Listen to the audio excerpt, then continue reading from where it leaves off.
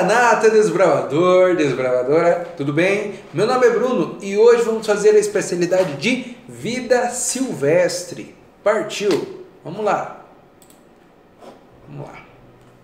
Participar de pelo menos 2 acampamentos, com no mínimo 2, então 2 pernoites cada, tá bom? Durante os quais possa praticar as habilidades necessárias para esta habilidade. Então, é um item prático, tá bom? Acampou, tá valendo, tá bom? Faça isso aqui, já começa a fazer em arte de acampar, unindo um ao outro, beleza? Vamos lá. Mencionar 5 coisas que devem ser feitas quando se está perdido numa floresta. Conhecer 3 métodos de identificar os pontos cardeais sem o uso de uma bússola. Primeiro, então, se você tiver perdido 5 coisinhas, vamos lá. Sente-se e mantenha-se calmo e descanse, beleza? Segundo, se estiver em grupo, distribua tarefas. Não saia do lugar onde você está antes de marcá-lo, ou seja, mostre onde que você está, tente ter uma referência ali, tá bom? 4. Suba em um lugar elevado, uma colina próxima ou uma árvore alta e procure algum marco familiar ou sinal de fumaça. Por vezes, se você vai acampar em um lugar de montanha ou uma caminhada, por vezes você acaba encontrando um lugarzinho ali com uma fumaça, alguma coisa, então você já tem uma referência mais fácil para você caminhar em linha reta, principalmente. 5. Tente voltar seguindo suas pegadas. Se você está no meio de uma floresta, por vezes o solo é muito mais úmido, ou seja, dá para ver as suas pegadas também, os seus rastros. Então, agora, 3 métodos de identificar os pontos cardeais sem o uso de uma bússola. Então, primeiro, o nascer do sol. Então, sabemos que o sol ele nasce no leste, tá bom? E se põe no oeste. Então, abrindo os braços, tá bom? Girando o seu corpo até que o braço direito aponte para o nascer do sol, então o leste, você vai saber que a sua frente estará ao norte, na direção do seu braço esquerdo estará ao oeste e nas suas costas estará ao sul.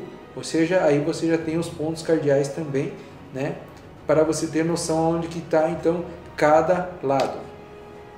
Também dá para ver pelo horário e posição do sol. Por vezes você está com um relógio ali de pulso, mas não tem bússola, Então, quando o sol nasce às 6 horas da manhã, ele está exatamente no leste. Às 9 horas da manhã, ele está no nordeste. Ao meio-dia, ele está no norte. Às 3 horas da tarde, está no noroeste. Às 6 da tarde, quando ele está se pondo, está no oeste. Beleza? Então, você consegue também ter referência dos horários do sol e também dos pontos cardeais também. E pelo relógio, novamente, você vai pelo reloginho, também vendo os horários ali, e aí você tem noção, Então, quando o sol nasce, às 6 horas da manhã, então, esse é exatamente no leste, a mesma resposta, beleza?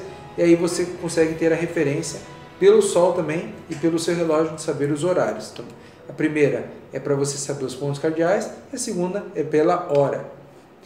Demonstrar 3 maneiras de purificar a água para beber. Primeira, fervura. Filtre a água em um tecido bem limpo, tá bom? Para eliminar as impurezas maiores. Em seguida, ferva por pelo menos 5 minutos.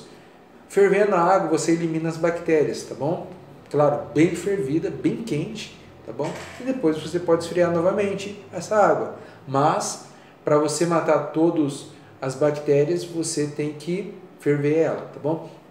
Iodo. Use uma cápsula ou 3 gotas por litro, tá bom? De água. Misture bem e deixe repousar por 30 minutos antes de utilizar.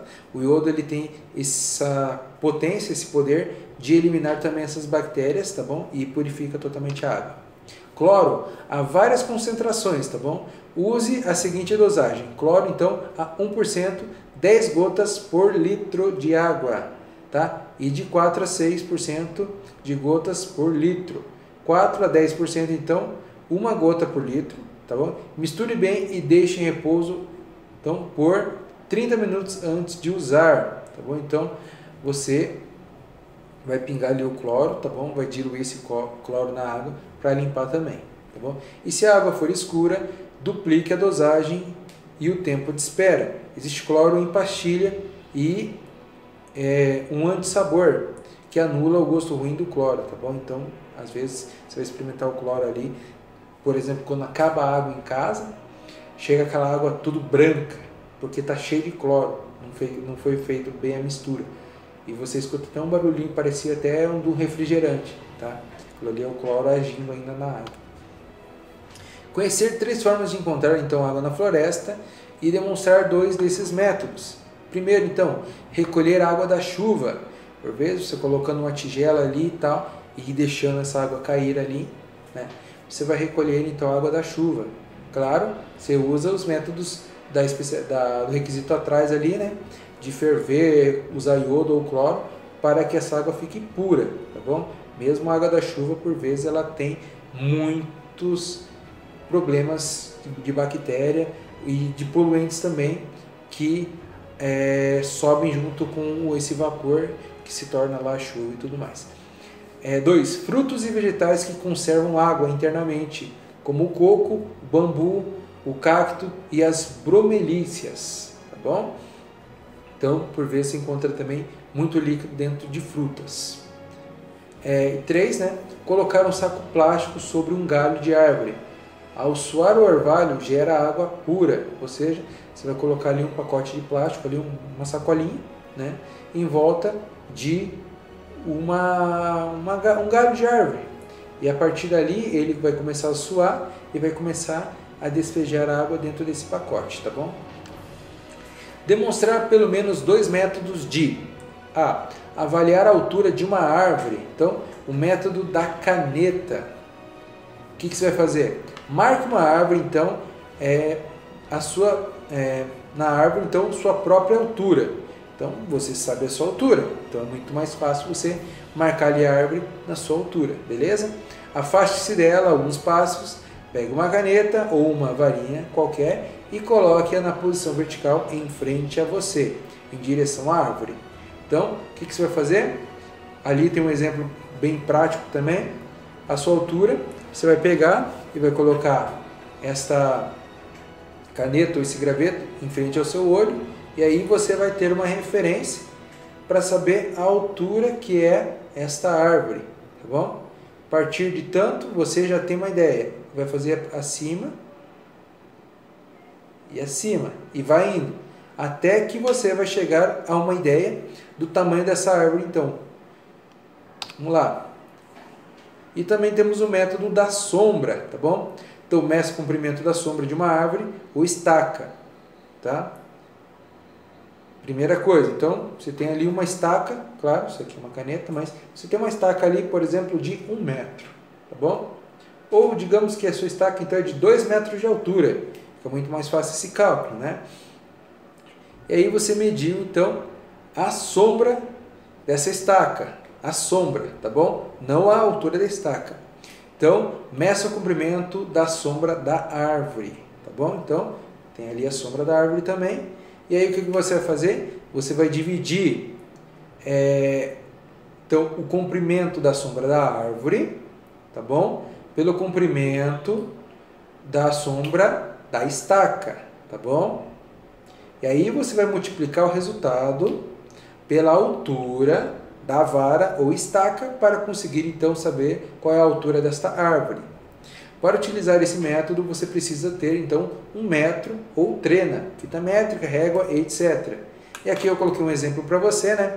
Se o comprimento da sombra de uma vara, né, ou essa estaca, for de 2 metros, o comprimento da sombra da árvore for de 6 metros, tá bom? Então temos a medida aqui, viramos matemática agora pura, né?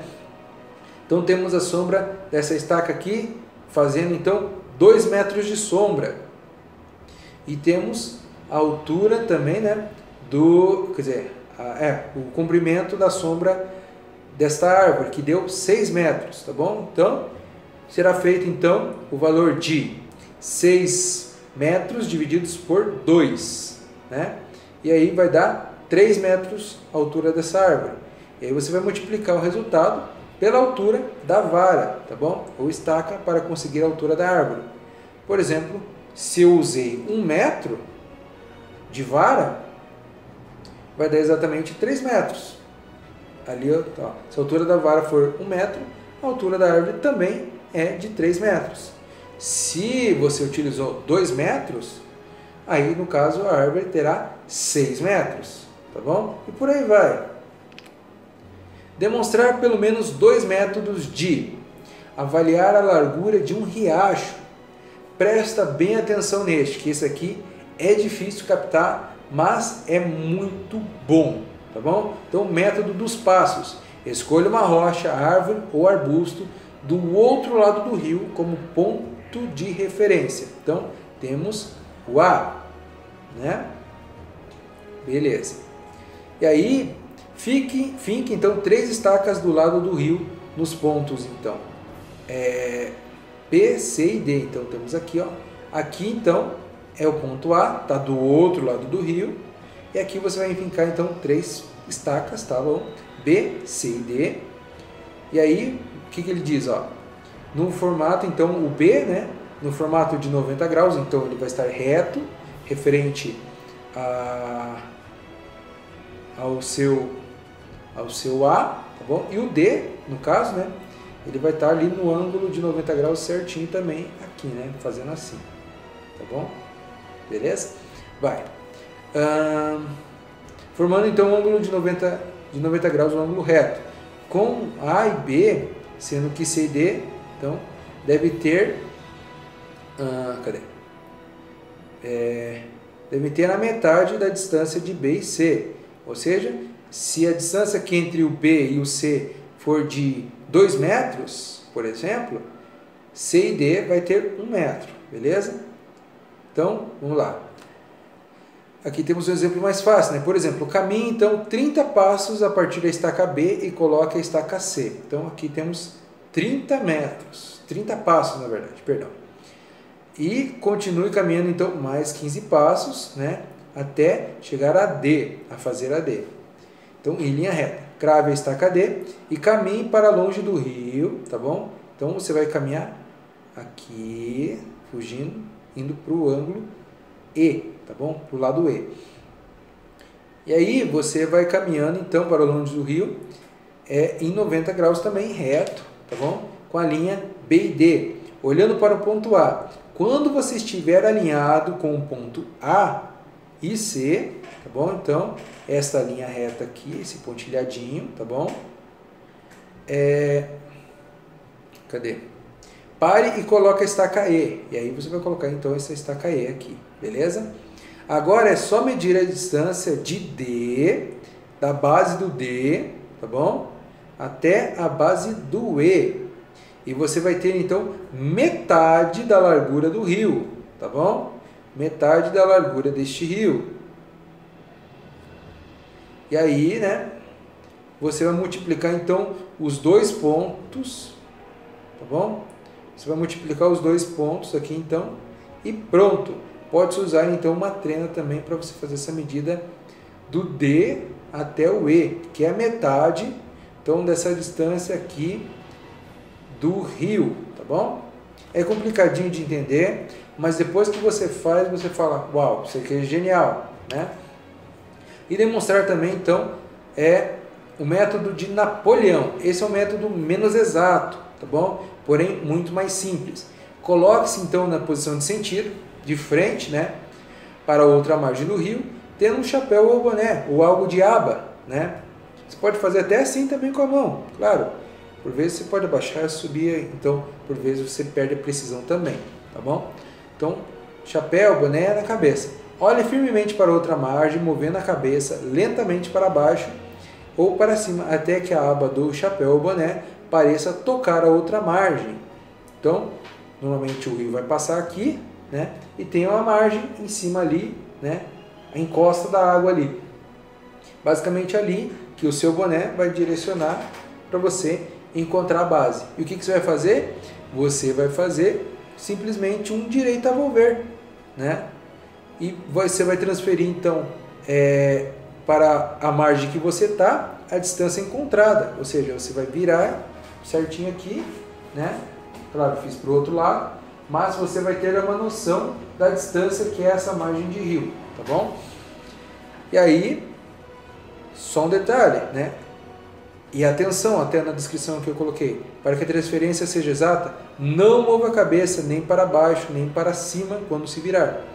Se você fez corretamente, a distância entre você e o ponto onde a aba do chapéu, o boné pareça tocar o chão, é a largura do rio, exatamente, tá bom? Então, é muito mais fácil, porém, é muito menos precisa. 6. Identificar em meio à natureza as pegadas de 4 animais ou pássaros silvestres. Então, é um item prático, tá bom?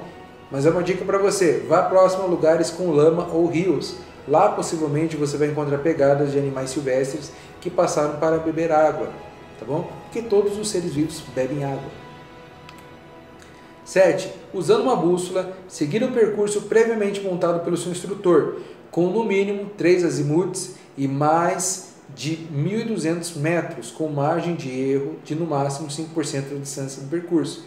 Por exemplo, para um percurso de 1.200 metros, a margem de erro é de 60 metros.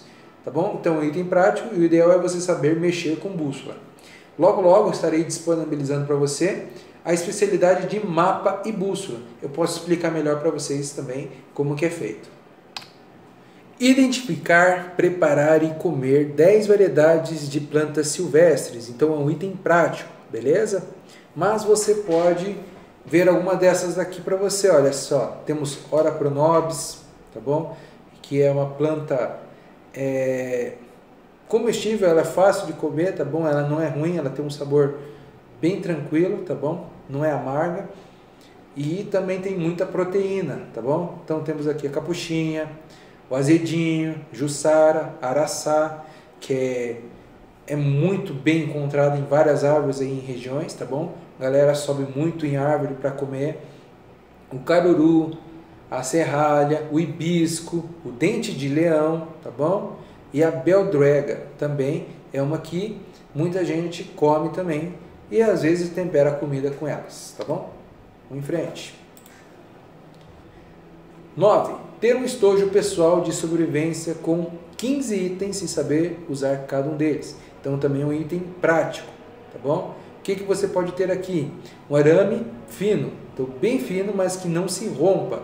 Pode ser usado para fazer a alça de panela ou para emendar algo, beleza?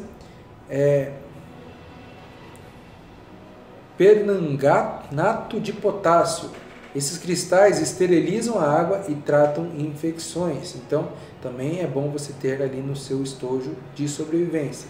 Um lápis para escrever seu diário de excursão, esboçar mapas, etc. Às vezes um lápis salva vidas também, quem sabe, né? Materiais de costura, linha, agulha e botão, tá bom? Serve tanto para consertar roupas como para dar pontos em cortes e machucados. Ou seja, se você se machucou ali e tal, o ideal é você tentar pontuar, né? Claro, se você sabe pontuar, né? Não adianta você se cortou, fez um rasgo ali no teu braço e querer costurar, né? Não é o ideal. Bússola, isso é prático, né? Para se orientar e saber qual a direção certa a se seguir.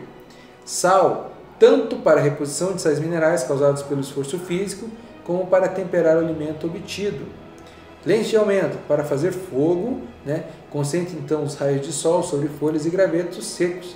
E assim, né, esse ponto aí vai chegar nesta sua lente aí de aumento e vai fazer uma faísquinha ali e vai começar a fazer fogo, tá bom? Saco plástico pode ser usado então para transportar água de um riacho ou para envolver e proteger algo, tá bom? O saco plástico também pode ser usado ali para vedar o galho de uma árvore para você conseguir água também, tá bom?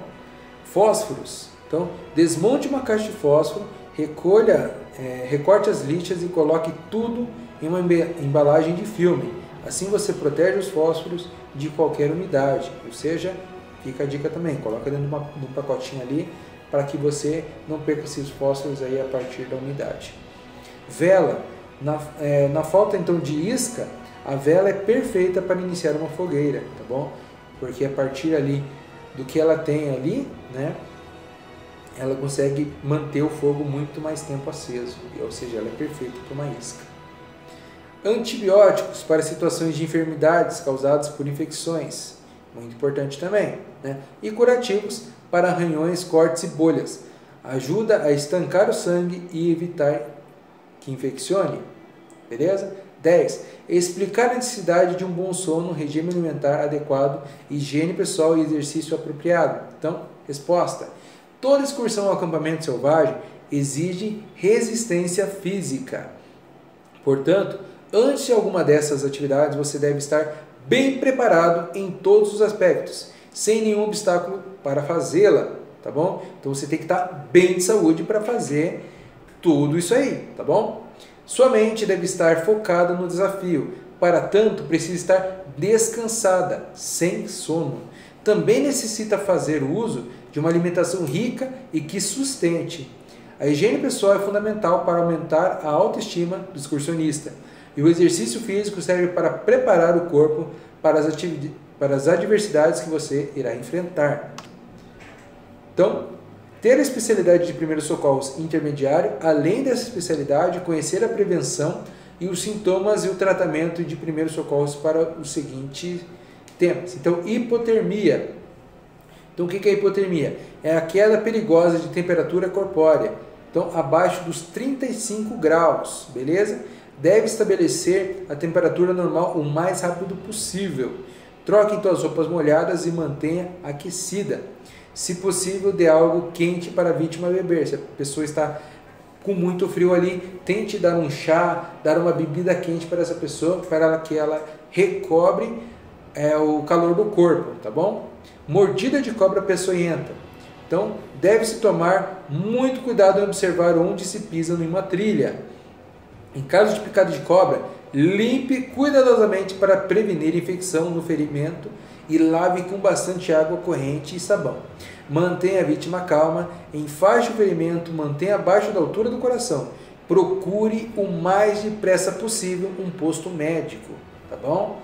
Porque a ideia é de você deixar então o ferimento abaixo da linha do coração. Porque normalmente o sangue bombeado ele vai até o seu coração. Se o veneno chegar até o seu coração, é muito mais fácil a pessoa ir a óbito. Ou seja, deixe sempre a mordida abaixo da linha do coração, tá bom? Então, evite deixar a pessoa tomou uma picada na perna, deixar a pessoa com a perna esticada acima da altura do coração, tá bom? Insolação. Então, ela é provocada pela exposição prolongada de raios solares e se caracteriza por sede intensa. Deve-se levar a pessoa para um local arejado, sombra, tá bom? Fazer hidratação bioral, soro, água e sucos, tá bom? E em caso de febre ou piora do quadro, encaminhar para um médico. Exaustão, provocada pela exposição prolongada ao calor excessivo. O primeiro cuidado a ser tomado é o resfriamento rápido do corpo, com a remoção do indivíduo do ambiente quente para que possa repousar em um local arejado e fresco. Arbustos venenosos, outro item aí, problema, né? Vamos lá, resposta. Algumas plantas provocam irritação quando em contato com a sua pele. Por exemplo, a ortiga, né? Outras não devem ser ingeridas. Nos dois casos, deve-se usar água corrente. Um lavando bem, né? E o outro bebendo muita água, tá bom? Procure um médico e guarde a planta para identificação, tá bom? Guarde um pacotinho, alguma coisa, para que o médico ou para que a pessoa do pronto-socorro ali saiba com que se você tocou na planta ou se você ingeriu, é bom a pessoa ter conhecimento para que procure a cura mais rápida possível. Feridas ou machucados com infecção. Então, provém de cortes e escoriações. Deve-se lavar com água corrente e sabão e fazer o curativo com pano limpo ou gases, se tiver, tá bom? Se houver infecção, dê algum antibiótico e aplique alguma pomada anti-inflamatória, beleza? G. Enjoo provocado por altitude. Então, tontura e desorientação provida pela baixa oxigenação do cérebro. Devido à altitude, fora o enjoo, ocorre dores de cabeça, tontura e inconsciência. Então, o que você deve fazer? Deite a vítima e faça com que ela repouse. Dê bastante água e, se persistir os sintomas, desça imediatamente para um lugar menos elevado. Beleza? H. Desidratação. É a falta de água no organismo. Então, deve-se beber muito líquido e repousar na sombra até desaparecimento do sintoma. É recomendado também, né, o uso de soro caseiro, tá bom? Você vai beber muita água? Sim, mas não de forma exagerada, porque senão a pessoa vai se afogar também de beber tanta água, beleza? Demonstrar, então, duas formas de sinalizar pedido de socorro. Então, aqui temos um símbolo então de SOS, tá bom? Você vê ali a repetição do vídeo, tá bom? E a repetição de qualquer sinal por 3 vezes significa um pedido de socorro. Como uma fogueira acesa, coloque então muito mato verde, tá bom? Isso criará uma fumaça densa e branca, tá bom? Com o pano, cubra a copa da fogueira com um lençol ou coberta. Então, 2 pessoas, uma em cada ponta, beleza? Segurando em cada ponta ali. Em seguida, retire o pano, soltando a fumaça ao ar. Repita isso 3 vezes, tá bom? E assim, as pessoas vão notar que é um pedido de socorro, beleza? Também, segundo aqui, né? Pode-se usar também o código internacional de Morse, com uma lanterna ou um espelho, passando a seguinte mensagem. Então, você vê ali os desenhos, né? E você viu também no vídeo. Em todo caso, você pode voltar, tá bom? E dar uma olhada como que o vídeo mostra certinho para você, tá bom? Ou até mesmo o código internacional de sinais, montado com pedras ou um tronco em símbolo de I no chão, que significa um pedido de socorro, tá bom? Então, se você está em um local mais deserto, mais vazio e quer pedir socorro, né? Se caiu ali, se foi parar numa floresta, pedir de socorro, as melhores formas são essas, tá bom? Uma de dia, outra durante a noite. Demonstrar os princípios que devem ser respeitados para se andar silenciosamente e esconder em caso de necessidade. Então, resposta: andar em silêncio sem alaridos ou barulhos excessivos. Não utilizar rádios com música enquanto caminha, ou instrumentos de percussão e musicais. Evitar conversas ao celular ou walkie-talkie, tá bom? Tem o radiozinho lá que muita gente usa. Fazer caminhadas em grupos, além de caminharem em silêncio, andem então em fila indiana, tá bom? Em linha reta ali, um atrás do outro, pois a mesma facilita ao grupo que se esconda com rapidez e eficiência, devido a todos estarem ordenadamente um atrás do outro. Procurar então usar roupas em cores verdes ou marrom, que combine com o ambiente natural de caminhada. Evitar roupas com cores berrantes e que são muito chamativas. Prefiro então tons claros. Explicar como se preparar então e providenciar abrigo nas seguintes condições: muita neve. Em caminhadas em locais sujeitos à neve, é necessário estar bem agasalhado com meias, botas e luvas apropriadas para tal. Cave uma trincheira e faça um telhado entrelaçando alguns galhos. Coloque neve bem comprimida na estrutura. Faça um buraco na neve para que a trincheira seja adequadamente ventilada. Beleza? Então, assim você faz seu abrigo, tá bom? Com muitos galhos fechando ali. Você faz quase como se fosse um igluzinho, tá bom? E aí você se protege do frio também. Áreas rochosas. Então, utilize calçados que tenham aderência, evitando escorregões. Utilize, então, fendas de grandes rochas para se proteger do frio. Se não houver, empilhe pedras grandes em círculo e feche a cobertura com uma lona ou um trançado de galhos, formando um telhado e cobrindo com folhas. Beleza? Claro, você está fazendo uma especialidade de vida silvestre, então você tem que ser bom nisso aí, tá bom? Vai colocar alguns galhos em cima ali, mesma coisa de muita neve, vai fazer uma trincheira, né, uma cava ali, e a partir dessa cava você vai conseguir fechar, vai fazer sua casinha ali para você dormir de boa. Áreas rochosas, mesma coisa, se não conseguir uma caverna ali, um começo de uma caverna, né, ou debaixo de uma grande rocha, tá? Você consegue também empilhar algumas pedras ali, fazer basicamente uma casinha, né, e colocar também muitos galhos e folhagens em cima para que você seja protegido. Pântanos. Para caminhadas que incluem percursos que passam por charcos, mangues e pântanos, certifique-se de que todo o conteúdo de sua mochila esteja bem vedado em sacos plásticos, tá bom? Utilize sacos plásticos também no pé para proteger as meias de forma que as mesmas não se molhem, tá bom? Que elas não se molharão. Utilizando 2 madeiras retas de 30 centímetros e uma de 1,20 m maior que você, então monte uma estrutura similar a uma ferragem de uma barraca canadense, tá bom? Então, vai fazer assim, beleza? E assim. E aí, né, vamos lá. Monte então, vamos lá. Amarre mais 2 madeiras na parte de fora de cada. Então, vai fazer assim, certinho, tá bom? Formando uma maca com um cobertor, calça e casaco ou até mesmo uma lona de barraca. Cubra a estrutura com uma lona amarrando suas pontas em alguma árvore ou galho, ou seja, você vai fazer aqui, tá bom? E a partir de fazer trançado assim para os dois lados, você vai fazer basicamente uma cama içada, tá bom? Algo alto, que você não entre em contato então com a parte úmida no chão, beleza? É isso que você deve fazer em pântanos ou terrenos molhados. Por último, né? Florestas. Munir-se de todos os utensílios necessários, tais como faca, facão, cantil, bússola e outros como uma lona.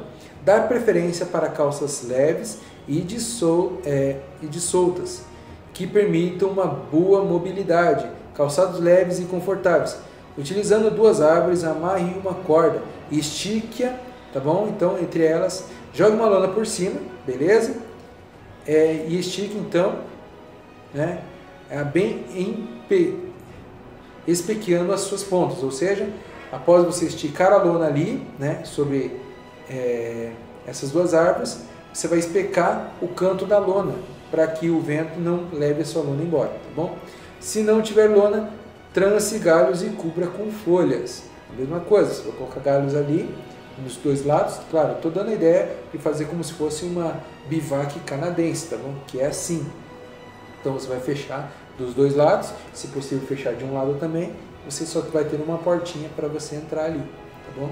Então essa é a ideia quando você estiver num lugar de floresta. Se proteja, é a melhor coisa possível. Beleza? Desbravador, desbravadora, essa então foi a especialidade de vida silvestre. Você vai ser um desbravador raiz se concluir essa especialidade, tá bom? Claro, é uma especialidade basicamente obrigatória para muitos desbravadores, que vão se tornar um desbravador extremamente raiz, tá bom? Se concluir tudo isso aí, você vai ser um desbravador, uma desbravadora fera, beleza? Fique com Deus e até a próxima. Valeu!